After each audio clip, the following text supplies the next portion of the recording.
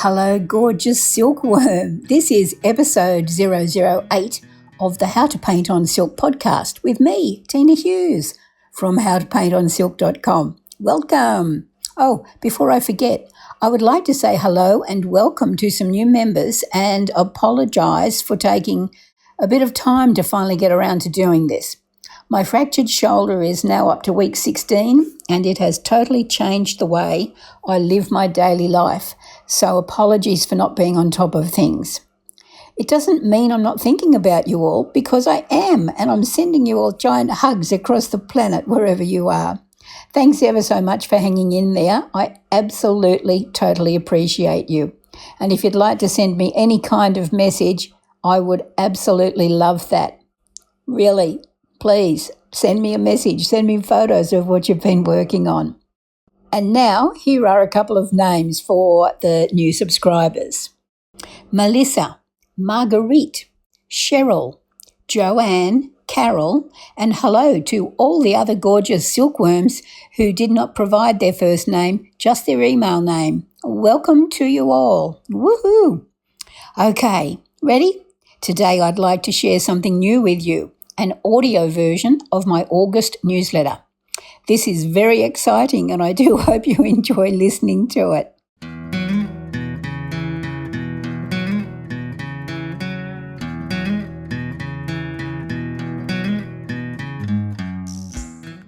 We're talking silk painting today. Oh, very cool. And our guide is this newsletter from an artist named Teena Hughes. Okay. And you know what struck me? She's writing this with a fractured shoulder. Oh, wow. Yeah, like a fractured shoulder in two places from slipping in a shopping center. It puts things in perspective, doesn't it? I mean, we take our mobility for granted. Right. Yeah. And to have that suddenly taken away. Yeah. Like, what is the recovery time for something like that? It sounds like she's been dealing with it for about 6 weeks now. Oh, wow. And she's talking about, the challenges of everyday tasks being difficult. 6 weeks in, you're probably still dealing with a lot of pain. Oh, yeah. Limited range of motion. Yeah. And for an artist especially, that's got to be incredibly difficult. Yeah. And she even jokes about, not being able to open a jar of olives being her Shakespearean tragedy. Oh, that's great. So she's keeping her sense of humor about it. I love that. Yeah, that's resilience right there. Finding the humor in challenging situations. Absolutely. And she's still creating. She's dictating this newsletter. See, that's fascinating to me. The way technology is bridging those gaps. Right. Enabling people to continue expressing themselves artistically, even with limitations. Yeah. I mean, imagine trying to do this even 20 years ago. Oh, exactly. Free voice to text. That would be a whole different story. Yeah. But it sounds like she's found ways to adapt, which is fantastic. Speaking of adapting, she mentions this really cool thing in her newsletter, this silk steamer she calls rocket ship. Oh, yeah. Apparently it's like this whole setup, and I'm really curious to hear more about it. Yeah. What is it about steaming silk that requires a whole contraption? Right. It makes you wonder, what's the science behind it? Yeah. So silk dyes, those are special. They need heat and moisture to set properly so the colors don't fade or wash out. Oh, okay. So it's more than just, making the colors look vibrant. It's about making them permanent. It's like these little dye molecules are bonding with the silk fibers. Oh, wow. And the steam helps those bonds become really strong so they last. And the rocket ship setup, I'm guessing, is her way of making sure that steaming process is perfect every time. I see. So it's all about precision. Exactly. Because you don't want to damage the silk either. Right. Too much heat. Yeah. Silk is delicate. Makes sense. Okay. So we've got rocket ship, the silk steamer, but then she also talks about this whole laminating situation. Oh, yeah. What's that about? Apparently, you need a laminator for silk bookmarks. Oh, interesting. Who knew? Right. But not everyone has one. Especially if you're just starting out. Right. So she's offering all these workarounds, like checking office supply stores, libraries, even using an iron. An iron. To laminate. Yeah. She's got this whole method. Wow. You got to be resourceful. I know. It's pretty impressive. It speaks to that ingenuity that artists often have. Totally. Finding creative solutions when resources are limited. I love that. Me too. And it makes you wonder, how many other things can you laminate with an iron? Right. I'm kind of curious to try it now. So I got to know more about this rocket ship. What makes steaming silk so tricky? Well, think about it. You're working with delicate fabric and dyes that need to be heat set. Right. Too little steam, and the colors won't set properly too much, and you could damage the silk. Oh, wow. So it's all about finding that right balance. Exactly, and that's where a good steamer setup comes in. So I'm guessing rocket ship is Teena's way of guaranteeing those vibrant, long-lasting colors. And remember, she mentioned that mishap with a previous steamer setup. Yeah. This sketch she's including in her newsletter, it's probably her way of sharing a solution she's found. Oh, that's a good point. Like a way to help other artists avoid similar frustrations. Exactly. It's like she's saying, hey, I've been there, messed that up. Here's how to prevent it. Which is pretty awesome, especially since she's dealing with this shoulder thing. Speaking of which, did you see where she talks about trying to open her coffee pot? Oh, yeah. The Bialetti one. With one arm. Tough stuff. And she's like, I love my coffee, but seriously. It's a small detail, but it really highlights the ripple effect of an injury like that. Totally. Even everyday tasks become a challenge. And she's like, thank goodness for my friend who loosens the pot for me each morning. There you go, asking for help when you need it. Exactly. It's all part of being resourceful, right? Yeah. Just like with the laminating solutions. Right. She could have just said, well, you need a laminator. Exactly. But she went above and beyond, offering alternatives, being supportive.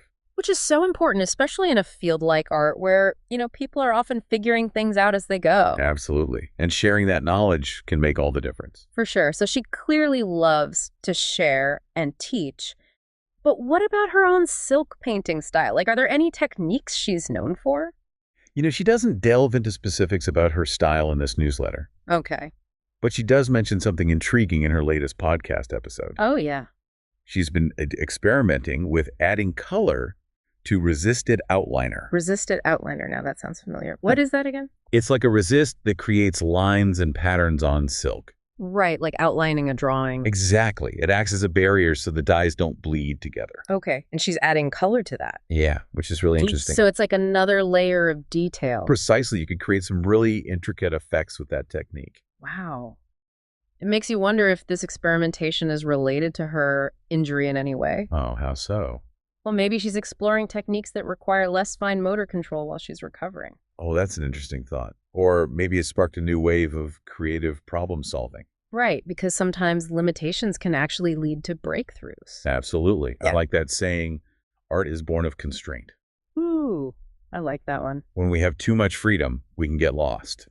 But limitations force us to think outside the box. And that's definitely Teena in a nutshell, finding creative solutions both in her art and in life. Exactly. And inspiring others along the way. So well said. It's a good reminder that even a fractured shoulder can't stop a creative spirit. It's almost like we got a little life lesson tucked into our silk painting deep dive today. It really is, isn't it? It's like a reminder that inspiration can be found in the most unexpected places. Totally. And that even when things get tough, Right. there's always that creative spark waiting to be kindled. Exactly. And Teena's story really embodies that, doesn't it? I mean, she's dealing with this injury, but she's still so passionate about her art. Yeah, and so generous about sharing what she knows. Exactly. Like that whole rocket ship steamer situation and the laminating workarounds. Right. She's all about finding the solutions and then sharing them with the world. Which I think is a great takeaway for all of us. Totally. So for anyone listening who might be inspired to try silk painting or, maybe facing their own fractured shoulder moments in life, what would you say is the key thing we can learn from Teena's story?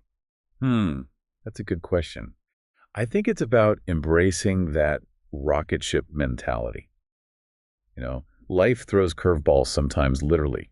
But it's how we adapt and problem solve that really matters. It's like finding your own rocket ship for whatever challenge comes your way. Exactly. And, sometimes those detours, those limitations, they can actually lead us to our most creative solutions. Totally. And who knows, maybe we'll even inspire someone else along the way.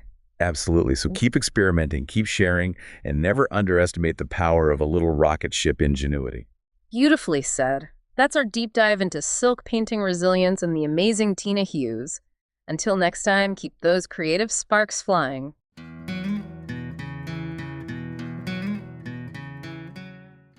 Silkworm, did you enjoy this audio version? If you did, please do let me know by commenting on this podcast episode 008 on SoundCloud, on my website, or on YouTube or Facebook, where I hope to be posting in the next few days. I'll also be sending out the link for this audio podcast newsletter in my next newsletter in the next few days.